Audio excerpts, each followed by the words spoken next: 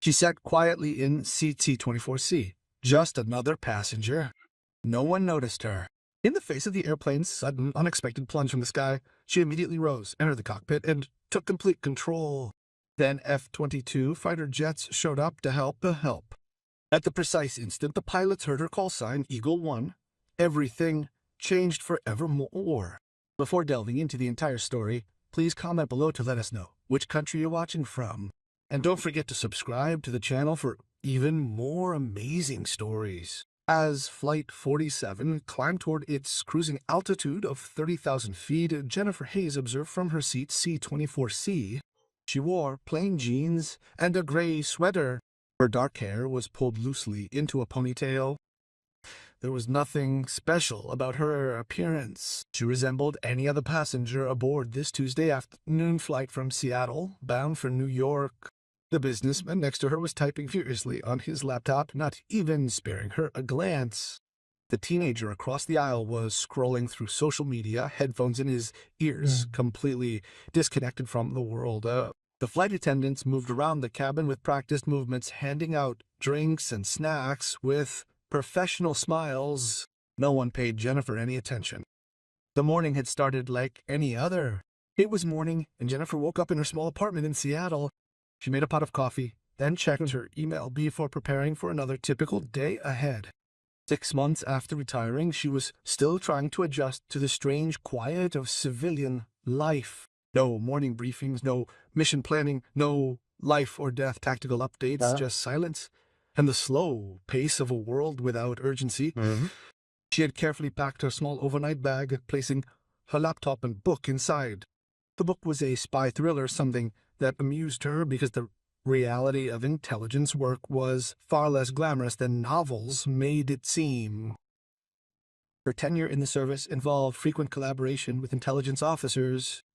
Tired people staring at screens. Not those kind of heroes. No one jumping from helicopters or racing through unfamiliar cities in cars. In the airport, Jennifer moved through the security screening with the practiced ease of someone who travels often.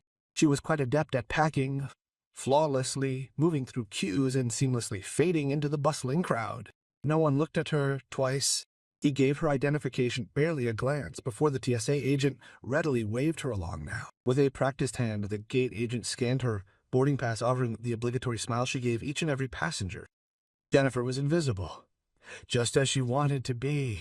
As she boarded, she took her window seat and watched the other passengers pass by. Trying to manage her crying baby, a young mother struggled with bags and bottles in her hands as she bent awkwardly, attempting to fold down the cumbersome stroller. An elderly couple walked slowly down the aisle. The husband helped his wife find her seats. Several college students laughed and joked, enthusiastic about their upcoming journey to New York. Unbeknownst to these ordinary people, living their everyday lives, the quiet woman in seat 24C, belonging to the 1st Fighter Squadron, was in command during operations, making decisions with global repercussions and saving lives in ways they would never understand. The businessman arrived last, rushing onto the plane, jacket slung over his arm, phone to his ear. He kept speaking as he shoved his briefcase into the overhead bin above his seat, then slumped down into 24D, completely ignoring Jennifer. His actions were abrupt and dismissive. To him, she was simply a part of the backdrop, just another anonymous face in a sea of anonymous faces. Coffee or tea? Using a voice that was friendly but sounded automated, the flight attendant asked. Michelle, her name tag read, and she looked so exhausted. It was as if she had already completed 3 flights during the day. Black coffee, please, Jennifer murmured. Michelle poured the coffee from a weighty silver pot with a practiced hand, each movement precise and efficient. She had poured countless cups in exactly this manner. Thousands more would follow. She placed the cup before Jennifer, offering a smile that lacked true warmth and sincerity, and then, without pausing, moved to the next passenger before Jennifer could even manage a simple thank you. The flight attendant continued her rounds, already forgetting the woman she'd just served. This is exactly what Jennifer desired, a welcome respite from 2 decades, where her presence invariably drew attention. After countless briefing sessions where generals and admirals paid rapt attention to her every word, after missions where the fate of entire squadrons hung precariously in the balance, she thoroughly enjoyed these fleeting moments of utter anonymity. No one here knew her name. No one recognized her features. No one had the faintest idea that the woman quietly sipping from a plastic cup was once hailed as the best fighter pilot in the world. Jennifer recalled her last day on active duty. The ceremony had been held at the joint. The ceremony had taken place at Andrews Base with full military honors. The chief of the air staff had awarded her the Distinguished Service Medal for the 4th time. The certificate stated that it was for exceptionally meritorious service in a position of great responsibility. Colonel Hay displayed exceptional leadership, tactical innovation, and gallantry under fire in multiple theaters of operations. The remarkable contributions she's made to air combat doctrine, coupled with her extraordinary personal heroism in rescuing comrades exposed to intense enemy fire, truly embody the highest traditions of our military service. Standing tall at absolute attention, she'd listened intently as the words were read aloud, acutely aware of the substantial weight of her dress uniform pressing down upon her shoulders, the rows of medals and ribbons, a tangible representation of 20 years spent in service. Fellow soldiers had given her a salute, and young officers had watched her with great admiration. The only thing on Jennifer's mind was her intense desire to shed her uniform and become completely invisible within the everyday world. The burden of command had grown heavier with each passing year. Every mission involved risking human life. Every decision could mean the death of a comrade. She had attended too many funerals, too many flags folded, too many letters written to families. The victories were worth it. She believed that firmly. The cost had accumulated relentlessly until she finally felt completely crushed beneath its oppressive weight. Therefore, her retirement was much earlier than anyone could have possibly foreseen. At age 20, she could have risen higher, commanding entire air fleet, serving in the Pentagon, But she was done. She wanted peace. She wanted to be nobody for a while. The businessman finally spoke without looking up from the screen. First time to New York? No, I've been there many times, Jennifer said, her voice calm and friendly. Business or pleasure? He asked, still typing. Their fingers flew over the keyboard, just like someone who spends 12 hours a day answering emails. Visiting family, she lied flatly. To be frank, she was making a trip to New York City to speak with a defense contractor concerning a prospective consulting role. But that would have raised questions she didn't want to answer. He finally looked up, saying, "I'm in the insurance industry." His eyes were red-rimmed from the relentless screen time and lack of sleep. The Manhattan conference had been a 3-day marathon of presentations and crucial networking. Exhausting, yes, but incredibly beneficial for business. And you? What line of work are you in? Jennifer hesitated briefly, weighing her response. This question invariably surfaced, and she perfected the art of giving a carefully crafted yet non-committal answer.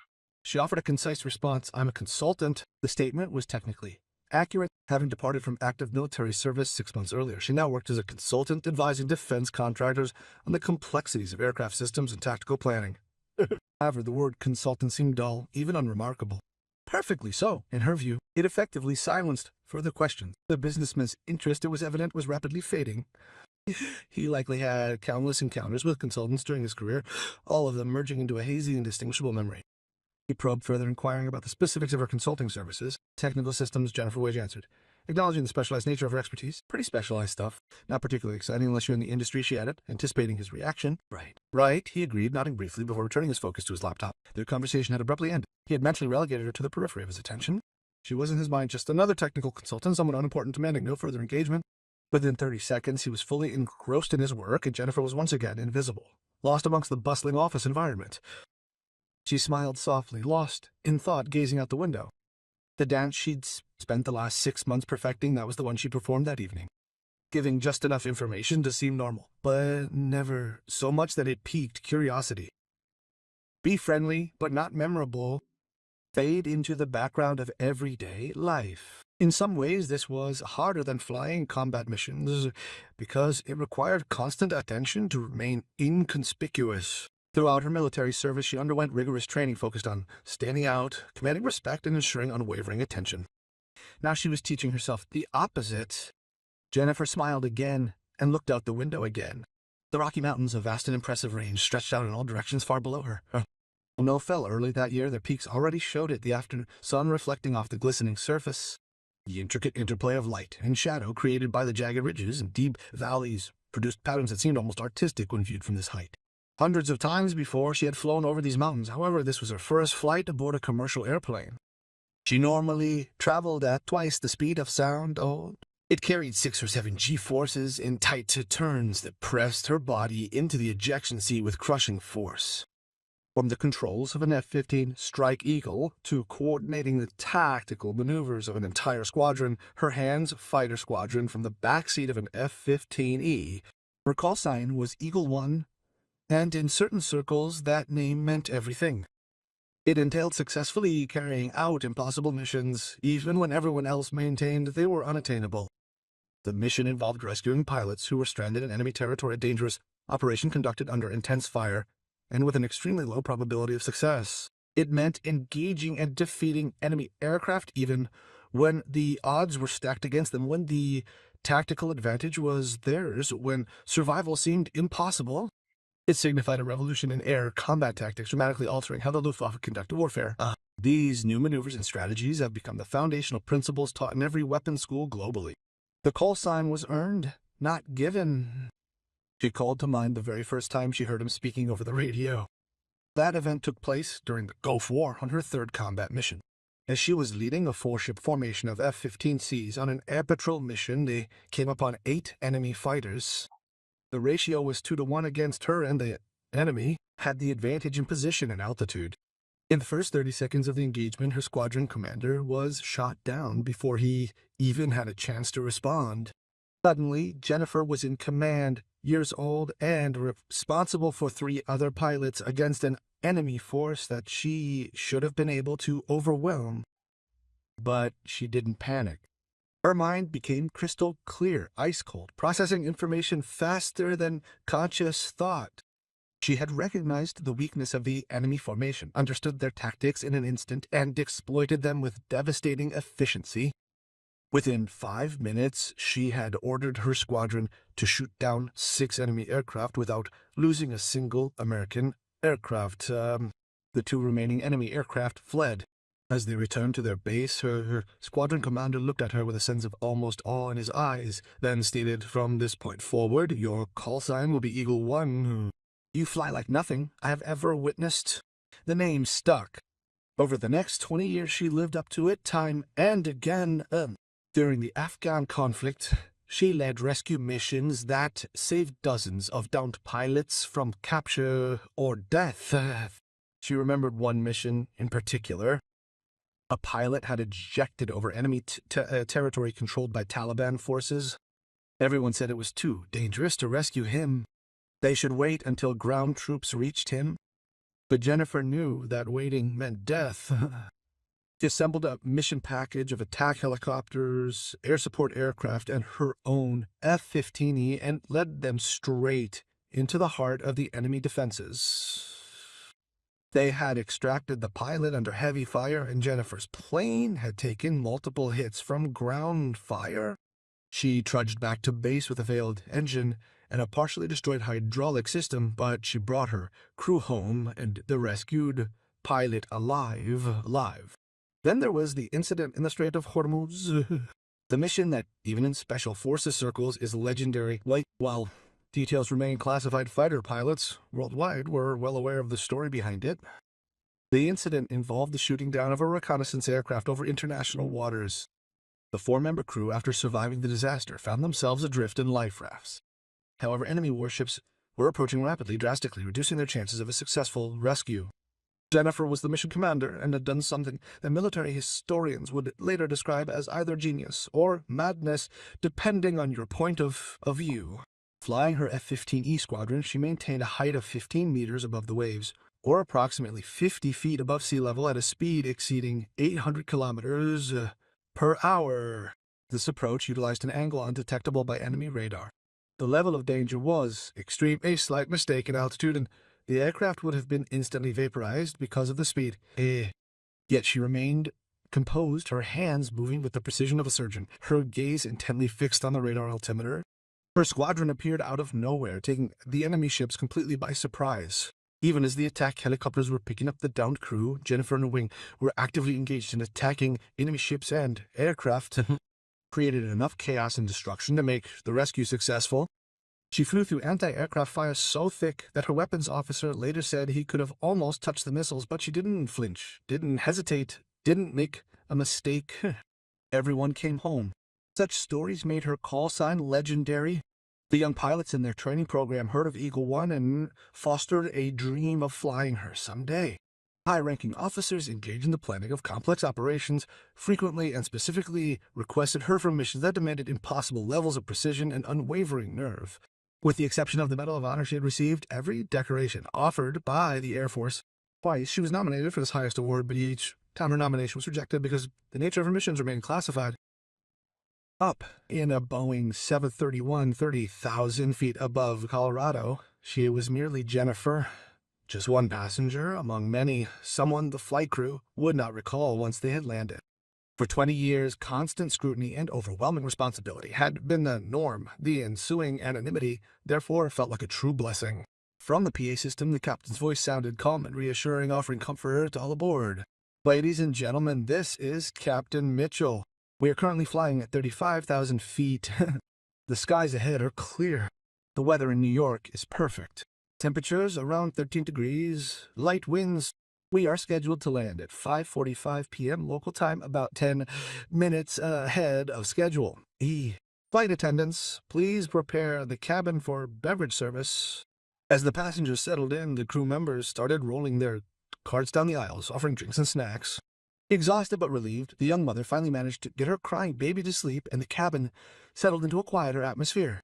The elderly couple across from Jennifer held hands. The man gently stroked his wife's arm.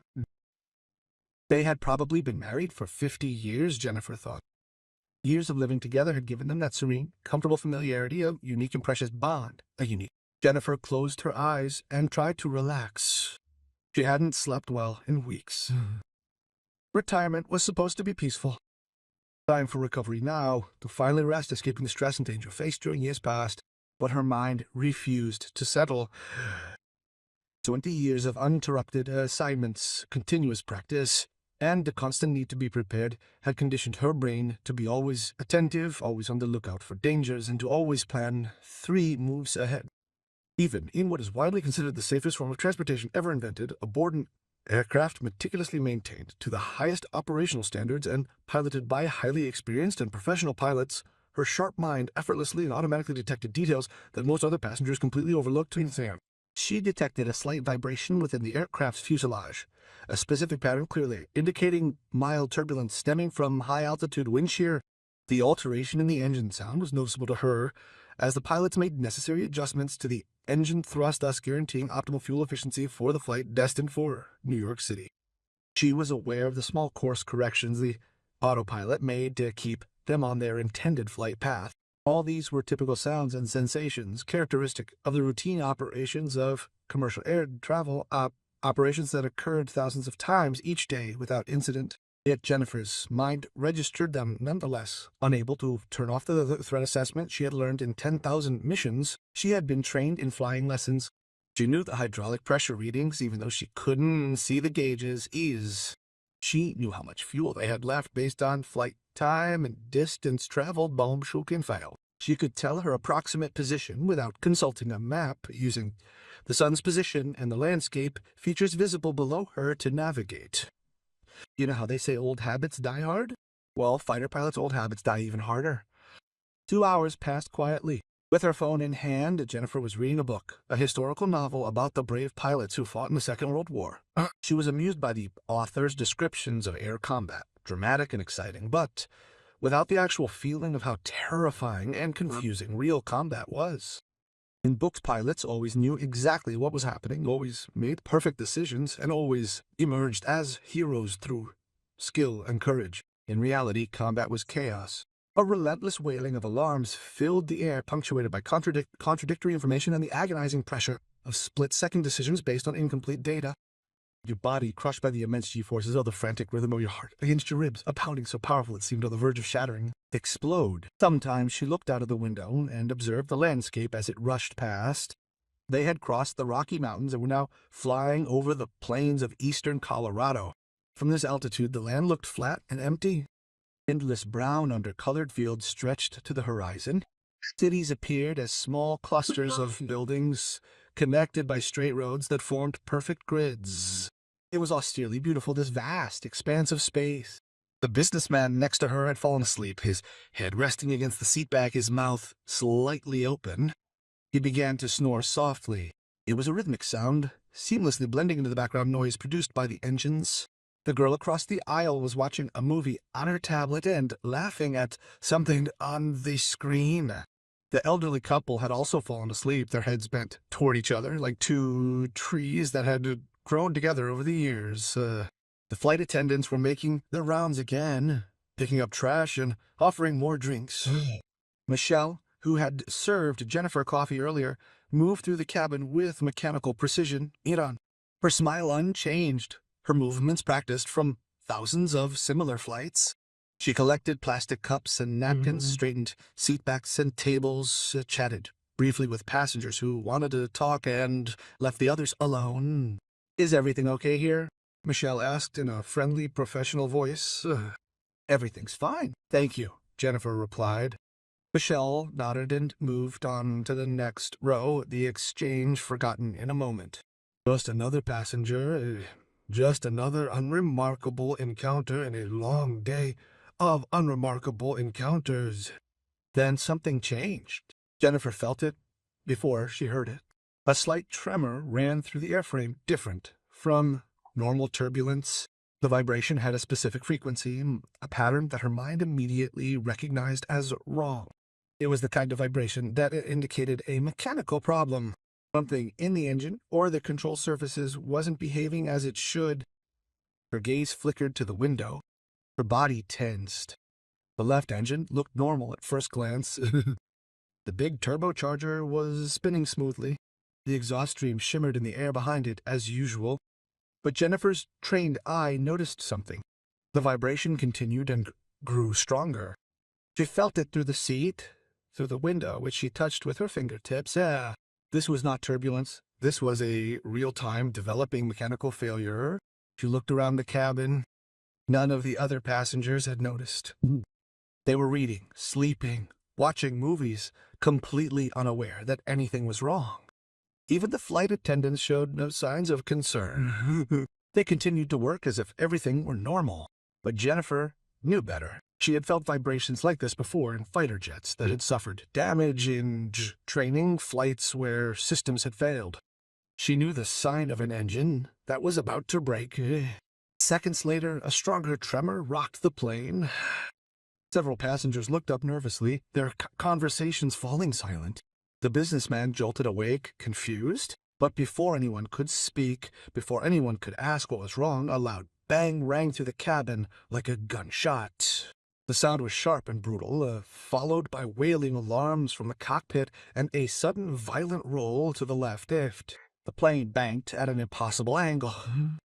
Passengers screamed.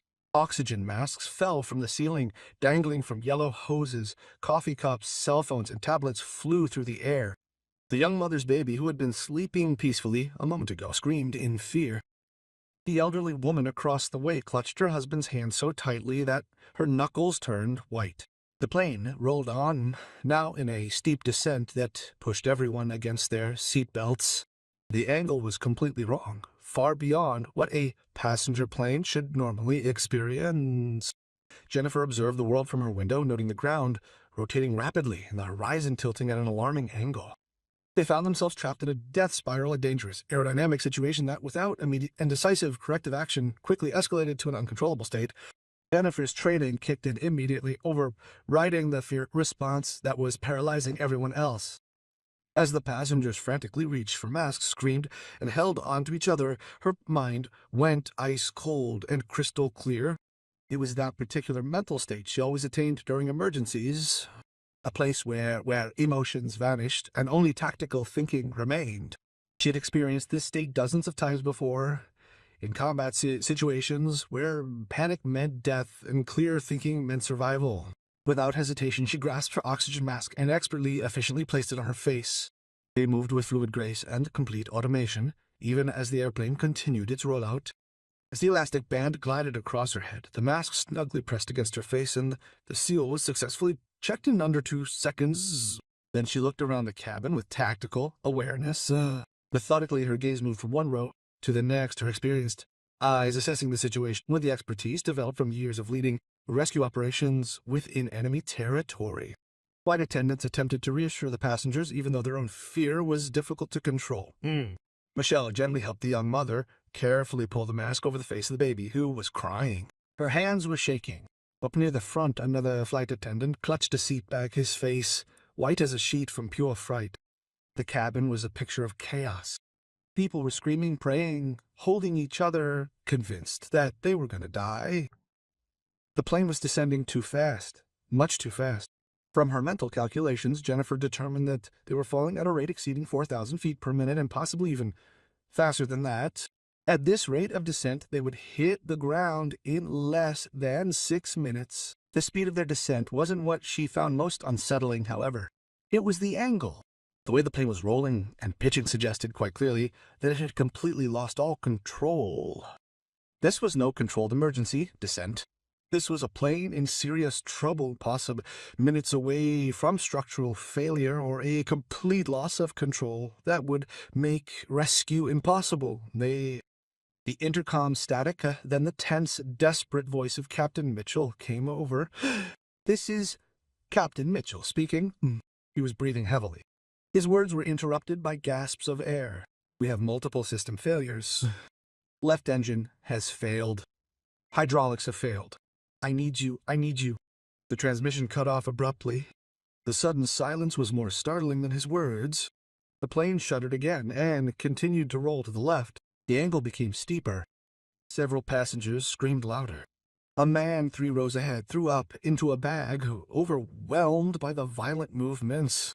A girl who was positioned directly across from Jennifer was crying. Mascara ran down her face in black streaks. Jennifer unbuckled her seatbelt and stood up, struggling against the tilt of the cabin. The plane was now tilted almost 30 Buddhas. It was hard to keep her balance. Still, her movement showed the self-confidence of someone who'd gone through worse things in life.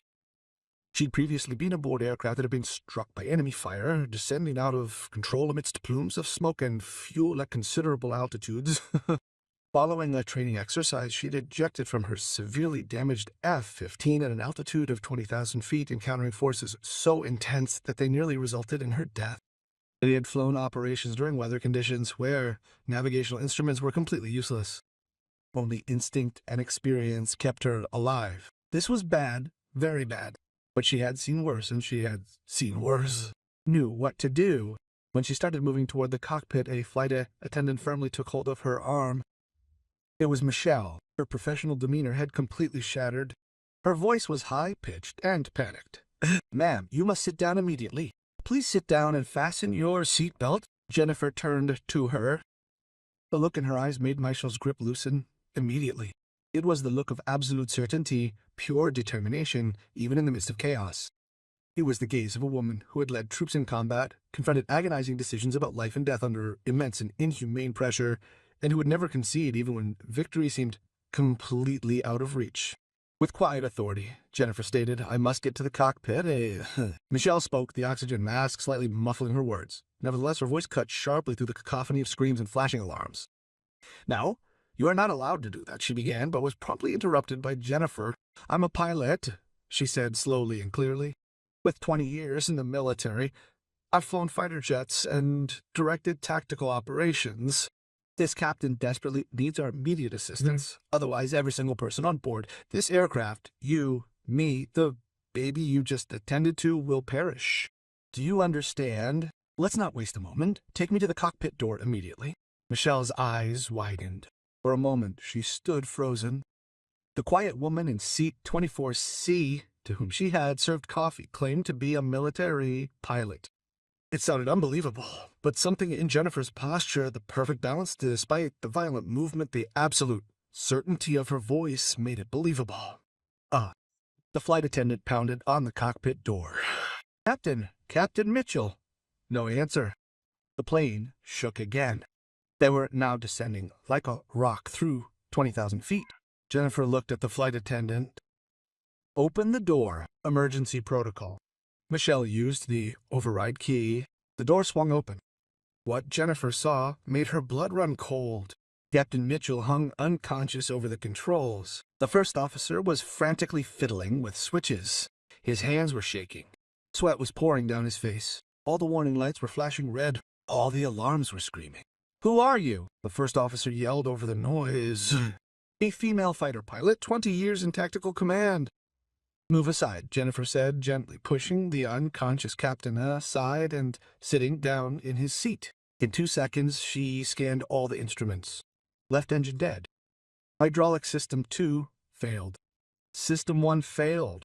Electrical compromised. They were in a death spiral. 19,000 feet, over 530 knots, on the verge of the structural limits. "What's your name?" she asked. "Davis." "First Officer Davis. I don't know what to do. Everything's failed. The captain just collapsed. I've never seen anything like this before." "Davis, listen to me carefully. I'll take control. You handle communications. Contact air traffic control immediately. Report multiple system failures. Request fighter escort for emergency landing immediately. Tell them to send every available aircraft. Do you understand?"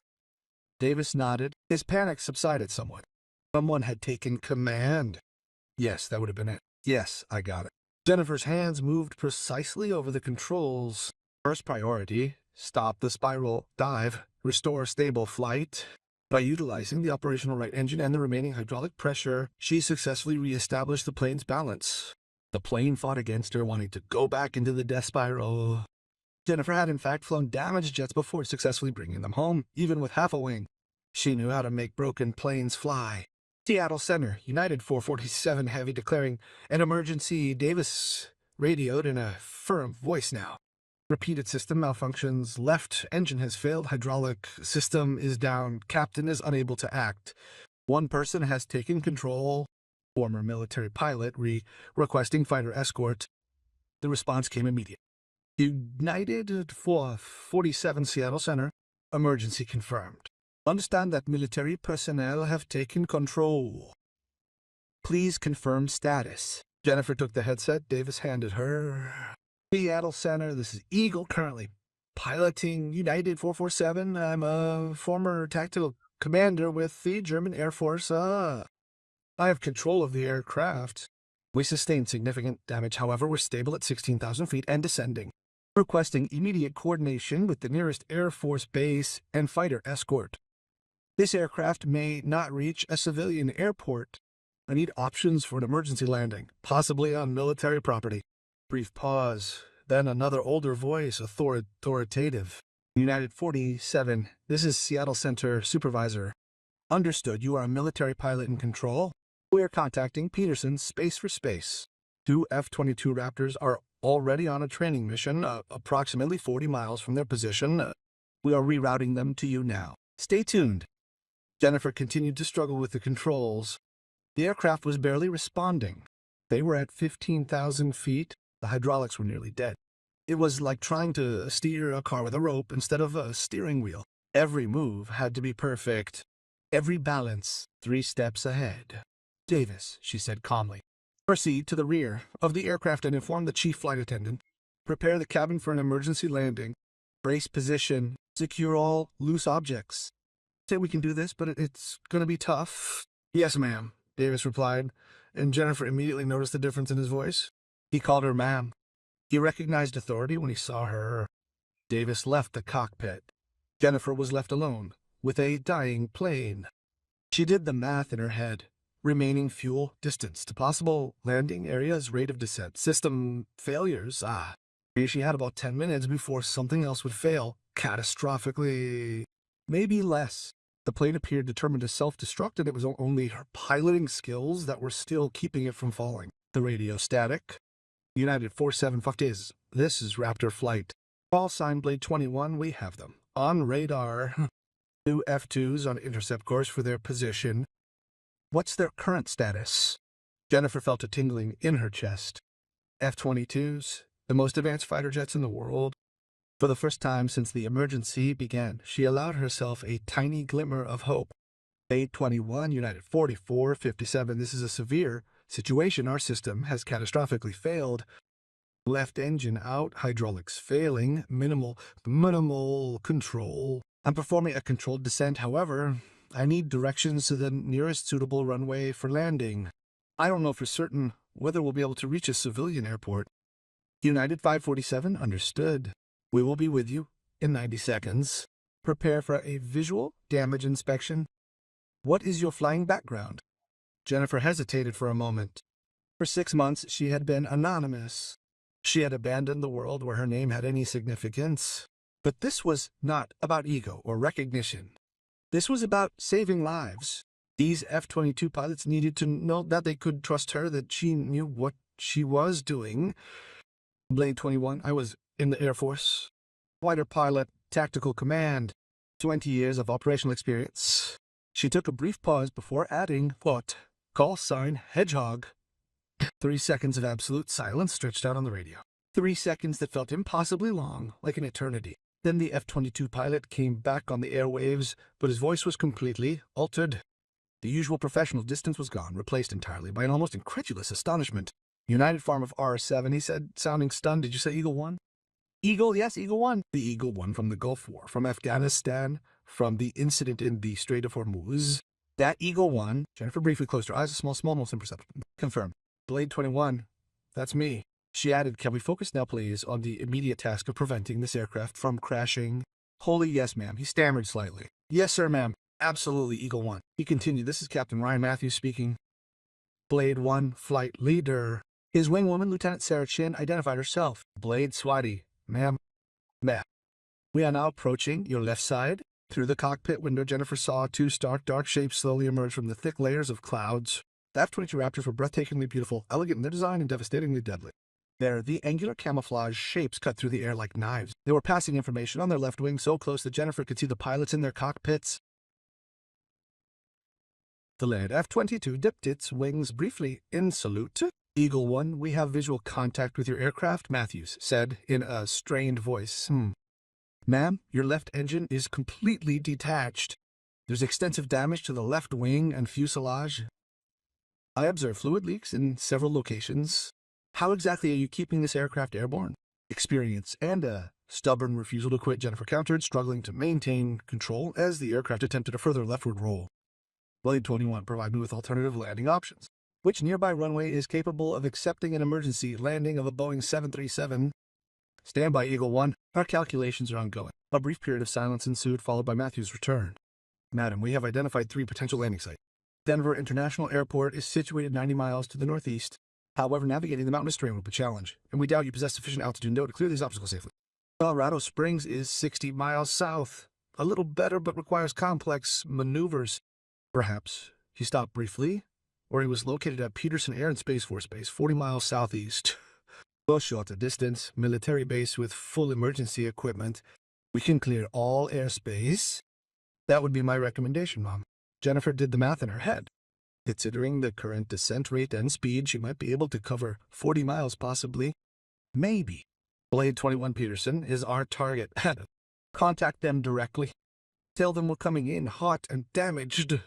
I need every available emergency vehicle. This landing is going to be tough. Already done. Eagle One. Peterson is mobilizing all emergency personnel. All airspace is being cleared. The base is yours alone. Matthews paused. Mom, permission to speak openly? Captain, ma'am, everyone in the fighter community knows your name. The rescue mission in the Strait of Hormuz, when you pulled the downed pilots out from under fire. The tactical innovations we still train for today. You are a legend, ma'am. If anyone can bring this plane down safely, it's you. My wingwoman and I are at your service. Just tell us what you need. Jennifer felt emotion stir that she had been suppressing for months. Pride, a sense of duty, responsibility, but also gratitude. These young pilots believed in her. They trusted her, and she would not let them down. Thank you, Blade Flight. Right now, I need you to be my eyes. This plane is barely responding. I need constant updates on my heading, my altitude, my position relative to Peterson. Can you do that? Absolutely, ma'am. You have our full support. The next 30 minutes were the longest of Jennifer's life. Every second was a battle against physics and failing systems. The plane wanted to die, wanted to fall out of the sky, wanted to crash into the mountains, but Jennifer wouldn't let it. She utilized every skill, every trick she had accumulated over 2 decades. Using precise rudder maneuvers, she made up for the missing engine, maneuvers that would have been impossible for nearly every other pilot. She endured the decreasing hydraulic pressure with tiny, perfect corrections that maxed the remaining controllability. Only someone with 10,000 hours flying fighter jets could fly the way she did. Two approached aircraft not as simple machines, but as living, breathing entities capable of being coaxed, convinced, and ultimately controlled. The F-22s stayed firmly at her side. Matthews kept sending reports. Eagle One, they are drifting left. Small correction to the right. Altitude 11,000. Peterson, now 25 miles ahead. You're doing great, ma'am. In the passenger compartment, Davis had briefed the passengers. They now knew that a female military pilot was flying the plane, that F-22 fighters were escorting them. Some were still crying, but the panic had subsided. The distinct difference was readily apparent in the plane's handling. A calmness and precision characterized each movement. From his seat in 24C, the businessman looked at the empty space where Jennifer had just been. The reserved woman who'd stated she was a consultant, the woman he almost hadn't even noticed, was now in the front seat, safeguarding their lives. Eagle One, you're 15 miles from Peterson Airport, Matthews relayed.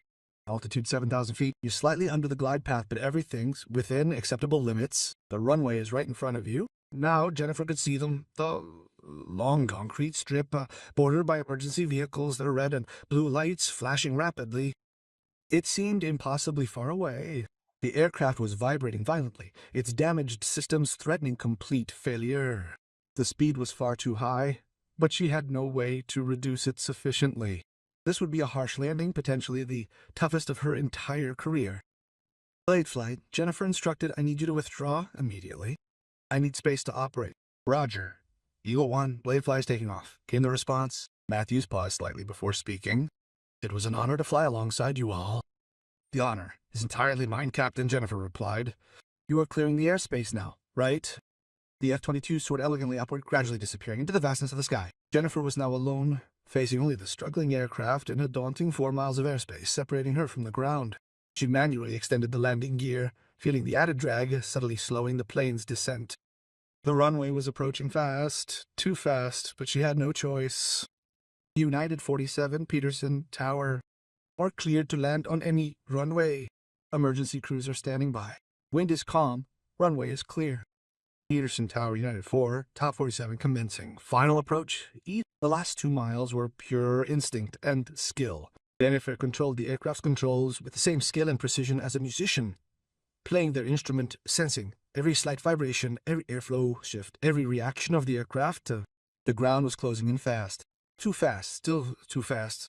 She absolutely would manage, because she had to, absolutely. Just at the last possible second, Jennifer used all her strength to pull back on the control stick, bringing the plane upright, and thereby lessening the rate at which it was falling.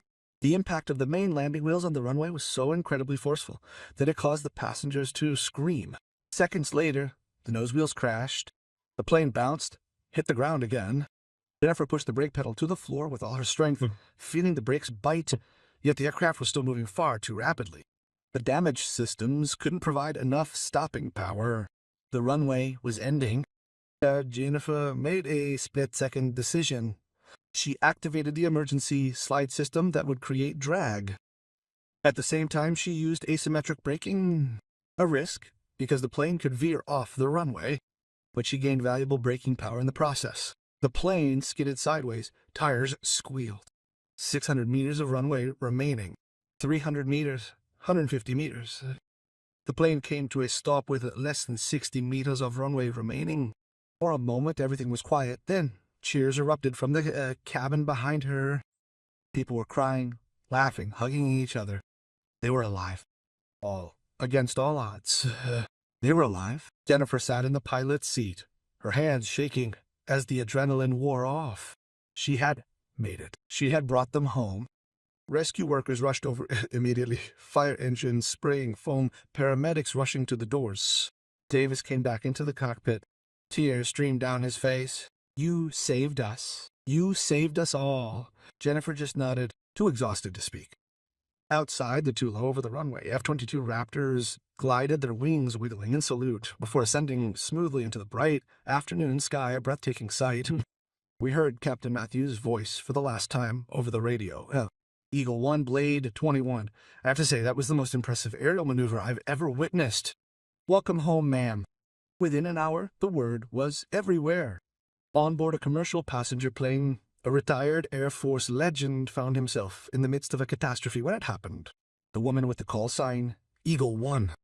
The airwoman, whose missions continued to be held under the strictest secrecy, whose tactical brilliance had shielded countless lives within conflicts most people knew nothing about, had done it once more. Hey, she had saved them all. The passengers were safely evacuated.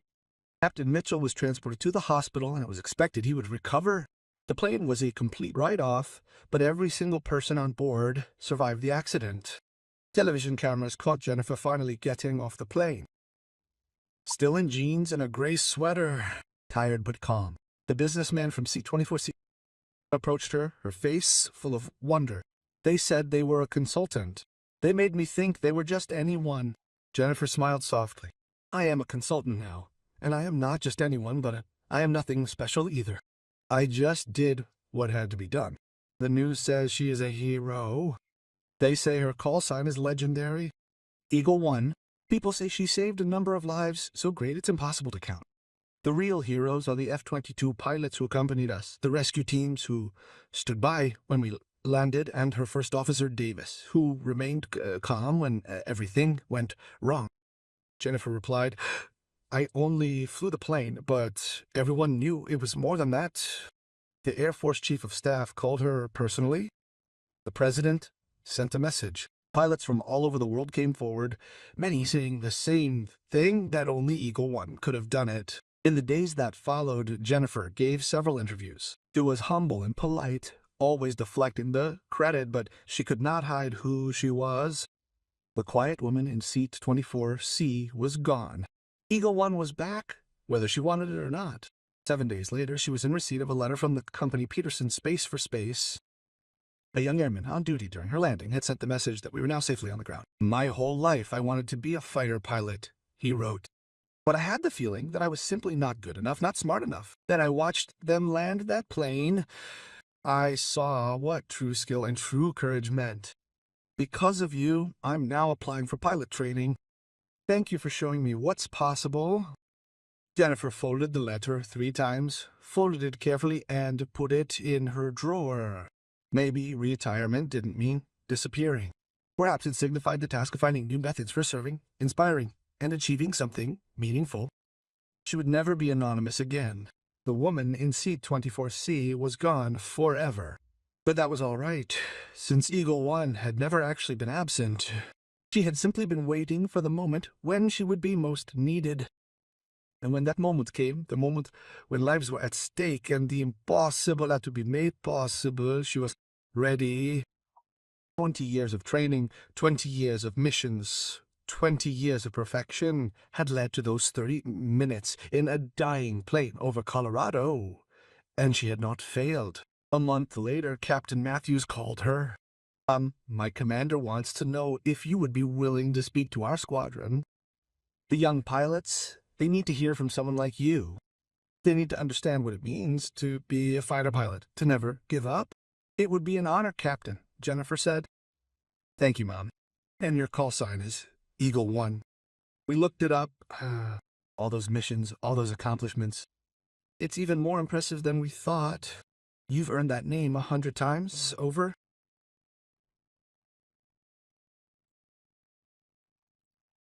Men and women who believed in the mission, who trusted each other completely. That call sign was never just mine. It belonged to all of us. Ma'am, that is what truly defines you as a leader, Matthews whispered softly, respectful. You never forget where you came from. The conversation finished, Jennifer moved to the window, her gaze fixed on the boundless expanse of sky. Far above, the sounds of training echoed, fighter pilots honing their skills, aspiring pilots learning their craft, and missions being carried out. And she herself was gone, but her work, her profound impact, lived on. Each tactical strategy she developed, each technological innovation she introduced, and every pilot she trained and mentored, all of them continued her work with unwavering dedication. Eagle One represented more than just a call sign or a name. It embodied a relentless pursuit of excellence, an unshakable promise never to surrender, and a solemn commitment to bringing everyone home, irrespective of the cost. This commitment, this standard of excellence would endure for generations, continuing long after Jennifer Hayes was no longer with us. The quiet woman who had saved 180 lives over Colorado on that fateful day, her legacy expanded exponentially within the 20-year history of Eagle One, which saved thousands more lives.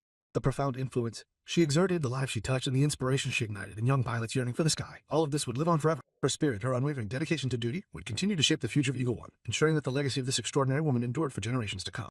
Was a legend. However, even more importantly, she was a pilot who held unwavering faith in the possibility of accomplishing even the most seemingly impossible tasks. For her, it was simply another mission waiting to be completed. That afternoon was a day of terror, a passenger jet plummeting from the sky, death seeming completely unavoidable. In the face of such overwhelming catastrophe, she once again proved the significance of her call. After successfully completing its final mission, Eagle One, as with every mission preceding it, had brought everyone safely home.